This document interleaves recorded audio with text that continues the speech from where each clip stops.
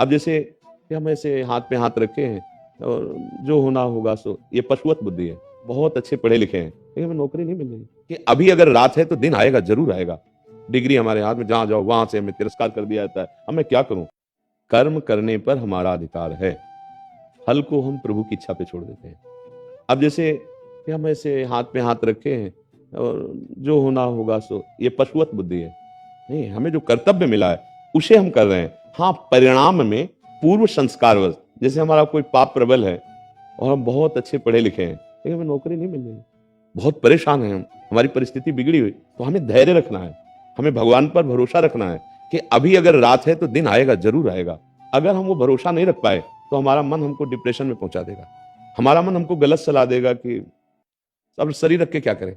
Degree हमारे हाथ में, जहां जाओ वहां से हमें तिरस्कार कर दिया जाता है। अब मैं क्या करूं?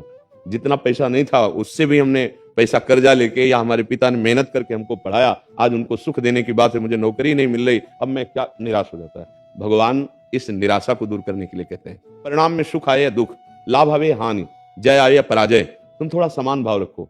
टिकाऊ नहीं है, दुख भी टिकाऊ नहीं है।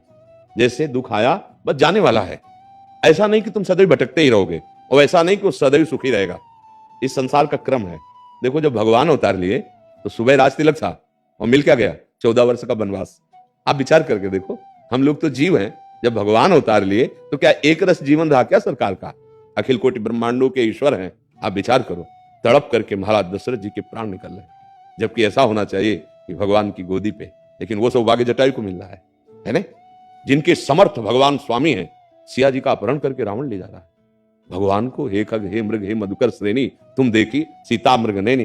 क्या और सर्वज्ञ सर्व समर्थ प्रभु सब जानते नहीं क्या? वो सब जानते, पर हमको लीला करके दिखा रहे भैया इसका नाम मृत्यु लोक है, यहाँ एक रस कुछ नहीं रहता, ये परिवर्तनशील घटनाएं दुख सुख की बराबर चलती रहती हैं। जिससे आपने बहुत मेहनत की और फल नहीं मिला अभी, तो आप निश्चित समझिए इस मेहनत का फल कहीं मिलने वाला है, वो मिलेगा, वो व्यर्थ नहीं जाएगा। कोई भी कर्म बिना फल दिए नहीं रह सकता। पर अगर आप फल पे ही आसक्त हो गए कि इसका परिणाम तो ये ही होना चाहिए, अब आप दुखी हो जाओगे, अब आप निराश हो जाओगे। उससे बचने के लिए हमें भगवान का भरोसा दृढ़ रखना चाहिए।